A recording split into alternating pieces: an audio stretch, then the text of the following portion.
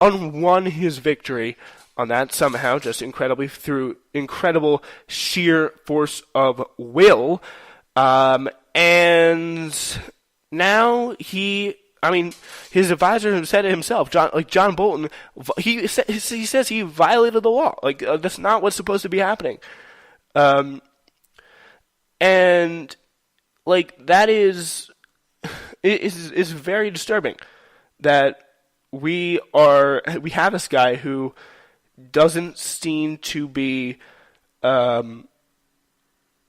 it doesn't seem to be just a viable option, because we have someone who just basically fundamentally doesn't understand the world, doesn't understand I feel like, honestly, if we had someone more of a competent guy in there, he probably could have done it, but if he was just willing to put all his chips on the table. But it just does not work out. It does not work out when you have a guy like Donald Trump in there who just doesn't listen to advisors and just walks in and says whatever he wants to say, because his brain is just a big wet bowl of porridge at this point, pretty much. So, yeah, speaking in Tokyo ahead of Trump's visit, Bolton told reporters that the UN Security Council resolution prohibits the launch of any ballistic missiles, and there's no doubt North Korea has violated this resolution. No doubt. But later, of course, Trump contradicted his own national security advisor, saying that he wasn't concerned about the missile test and attacked a political rival on foreign soil, all in one tweet, saying, quote, "North Korea fired off some small weapons which disarmed some of my people and others, but not me. I have confidence Chairman Kim will keep his promise to me," and also smiled when he called swamp man Joe Biden a low IQ individual. And worse, perhaps that's sending me a signal. So did they talk about, did North Korea, did Kim Jong-un and Donald Trump just talk about how much they hate their political opponents, and Kim Jong-un was like, wait, I don't have any political opponents, and then maybe Trump just got kind of jealous there. I feel like that's what happened. It was this late night phone call, because that's what it seems like. They just had a little talk. It was just back when they met in Hanoi or something. I don't know, but they just talk "Oh, Kim, don't you just hate your political opponents? Like low IQ. Do you have any of those low IQ people out there that you have to deal with all this time? The opposition party." Kim Jong is like, "What? What's that?" You don't have that? You don't have that? It's got to be pretty crazy. Yeah, so Trump kind of learning new things there, I guess. But after being secured on social media, Trump deleted the tweet and reposted the same comment with Biden's name spelled correctly. None of the other kind of problematic statements were saved. So yeah, Joe Biden is, by the way, he spelled it. A swamp man, Joe Biden. Yeah, so the terrifying thing is, Aaron Rupar tweets out, the terrifying thing is that Trump deleted this tweet because he misspelled Biden's name, not because of how crazy it is. It's just kind of funny. Trump tweeted another attack against political rival. Great stuff. I mean, honestly, he's been, it's kind of just become desensitized to it at this point, because he's been doing it, whether it's Crooked Hillary or Swamp Man Joe Biden, or because the thing is, everything, and he's right. Joe Biden unequivocally is a swamp man, but the fact that he's doing it, the fact that he is a president attacking him on foreign soil, it just does not sit right with anyone who actually cares about kind of the norms of these things. So yeah, he went back again and says, he said of Shinzo Abe, said, "Great fun meeting with Prime Minister Shinzo Abe of Abe of Japan. Numerous Japanese officials told me that the Democrats would rather see the United States fail than see me or the Republican Party succeed. Death wish." I'm pretty sure numerous Japanese officials didn't say that, but yeah. Again, who knows? Who knows? We weren't there, folks. We weren't there. We don't want to be the fake news media.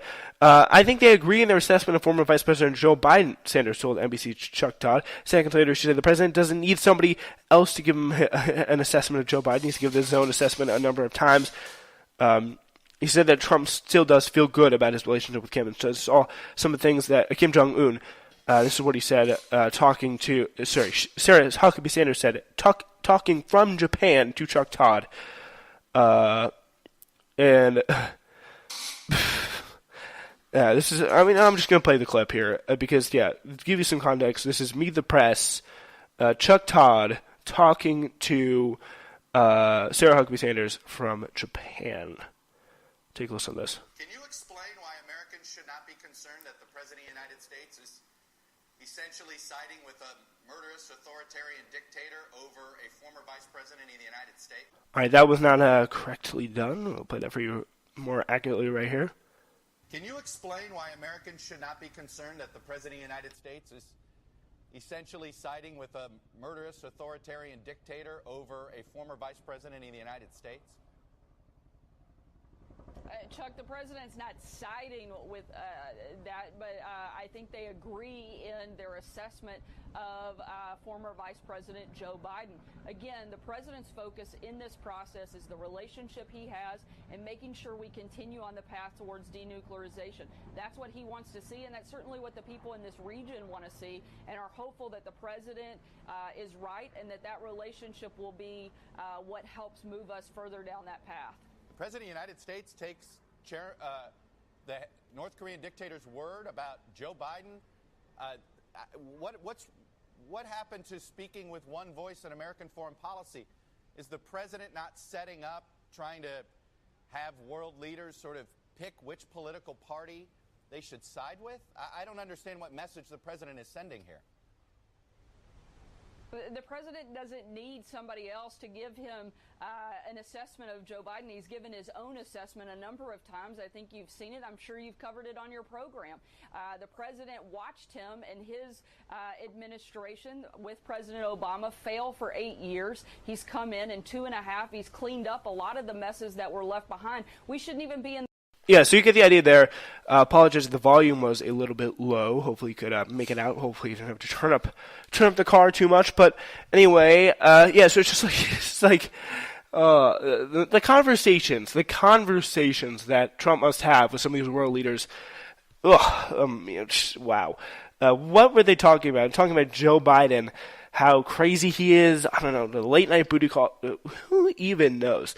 All right, yeah, we're gonna move on to Indiana, where a man who vandalized a synagogue there with swastika graffiti last year told federal agents that he was radicalized by, again, no surprise, by far-right media like Breitbart and meeting with white supremacist group Identity Europa, according to BuzzFeed. The vandal, Nolan Brewer, pleaded guilty last week to conspiring to violate the civil rights of the synagogue congregation Sharei Tefillah. He was sentenced to a 3-year prison term. In July 2018, Brewer and his then 17-year-old wife, wow, that's a little, that's normal, all very normal stuff from very normal people like to swastika synagogues. Kiyomi Brewer drove 50 miles from their home to the synagogue, spray-painted a Nazi flag and iron crosses on the dumpster enclosure, and lit a fire on the ground. Prosecutors said they originally planned to break in the synagogue and destroy it with homemade bombs and napalm they brought along, but they got scared. Brewer apparently told the FBI he wanted to intimidate Jews based on the beliefs and conspiracy theories that say Jews control the world. I guess it's just back down or something like that, Brewer told the FBI, describing the message he wanted to send to the Jewish community. Jesus. He also wanted attention in the media, and he said he was proud that Vice President Mike Pence condemned the vandalism. Brewer told FBI officials he wanted to, quote, scare the hell out of Jews and send a message like, get out, I guess. Yeah, so details of Brewer's case were shared by data scientist and researcher Emily Gorchensky on Twitter, say Brewer's lawyers tried to blame his young wife, who apparently spent a lot of time on Discord talking to white supremacists. According to Nolan, she began with right-wing yet mainstream views such as those presented on Fox News. She then moved on to writing by Ben Shapiro and articles on Breitbart News, which bridge the gap between the notorious white supremacist and anti-Semitic propaganda site Stormfront. So, yeah, that's kind of how it starts. Like it's kind of like you move from weed to Fox News, like some casual mids with Fox News. Then you get like what would Breitbart be? Like you get Breitbart, Ben Shapiro, like all those kind of intellectual dark websites, like Ben Shapiro, Dave Rubin, Breitbart, stuff like that. People like that's kind of serves as the Molly, the ecstasy, and then you get to Stormfront. That's like the black tar heroin, and like things just get worse and worse and worse and worse from there. Like these websites are explicitly not white supremacist sites. Like they have to be allowed to exist without being white supremacist sites, because they need to thrive, they need to function, and the purpose they serve is not to just blatantly spew white supremacist propaganda, although it does feel like that sometimes. They have to use language coded enough, although again, sometimes they fail, sometimes just overstep their bounds, to get people to get interested in their content, get interested in their ideas, to say their ideas without really saying them explicitly out front. So then they say, ooh, Fox News is interesting. Who's this guy Ben Shapiro? This Ben Shapiro, that's interesting. Like, whoa, what's this Breitbart? This is pretty cool stuff. Oh, what's this? This Daily Stormfront? This is not Daily Stormer. Stormfront? What? Stormfront? This is awesome. What? I love this. Like that's kind of how it's like a domino effect until you just climb up the pyramid of white supremacy, and they're technically designed just enough to say just enough to get you onto the next level of that plane to full white supremacy, to full racist ideology, without really going through it. Like it's kind of like it's a pyramid of the pyramid of racist news sites, pretty much. So Ben Shapiro did not return BuzzFeed's request for a comment, no surprise. From BuzzFeed, Brewer told FBI agents how Kiyomi had long chats with who she thought was a Romanian identitarian white nationalist called Asbestos Peter on Discord and Telegram, who convinced them to attack a synagogue and told them what supplies to buy. After the attack, Brewer told FBI agents he took photos of the graffiti to send to Peter. Asbestos Peter he was like trying to investigate or instigate radicalism. Kiyomi Brewer pleaded guilty to arson and got probation but no jail time. Wow. Attacking a synagogue but getting no jail time. That's unbelievable. That is like that's what we call problems with the criminal justice system, folks. So Ms. Brewer was in fact minor at the time of the incident. That could have a reason. The fact that my client wasn't charged federally speaks for itself. That said, the gravity of her actions was not lost upon my client. The anti-Semitic crimes committed across the country were sickening. Karimi added, this is the lawyer for Kiyomi Brewer, the wife. This case helped fuel legislation in Indiana to make her hate crimes further punishable by law.